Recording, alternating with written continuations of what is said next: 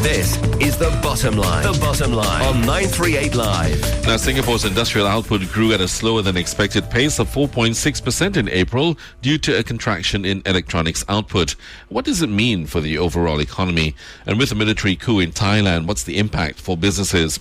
For his view on the economy, we have on the line with us Daniel Martin. He's Asia Economist at Capital Economics. Daniel, electronics production contracted in April, reversing a gain in the preceding month. What is the outlook for this particular segment? I don't think we need to get too worried about just 1 month's worth of data. That these numbers can be quite volatile from 1 month to the next. I think the most important thing is that we know there's a recovery going on in the US. The Eurozone has at least stepped back from the brink of disaster. So we're going to have recovery in Singapore's two main markets. And that should drive some improvement over the coming months. Okay, what's your forecast for Singapore's second quarter GDP? So far, we only have data for April, and it hasn't been great. It includes those numbers you just mentioned. Mm-hmm. I think probably there will be some recovery over the next 2 months.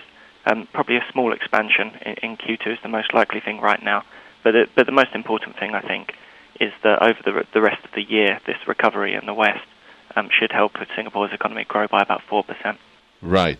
Now, with the current military coup in Thailand, where are the possible ramifications to the Thai economy?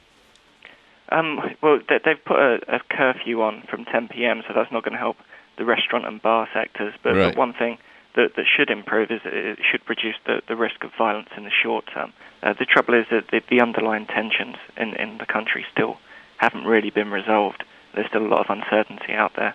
And the crucial thing we need to see now is a roadmap that satisfies both the red and yellow shirts for how we get back to democracy.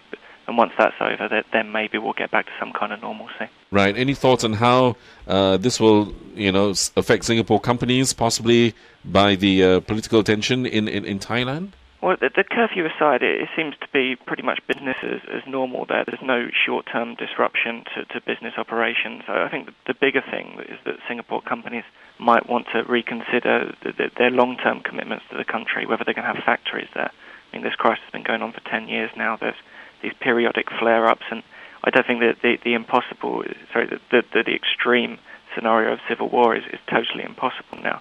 So they might start to look at other alternatives around Southeast Asia, more stable countries like Indonesia, Malaysia, and the Philippines.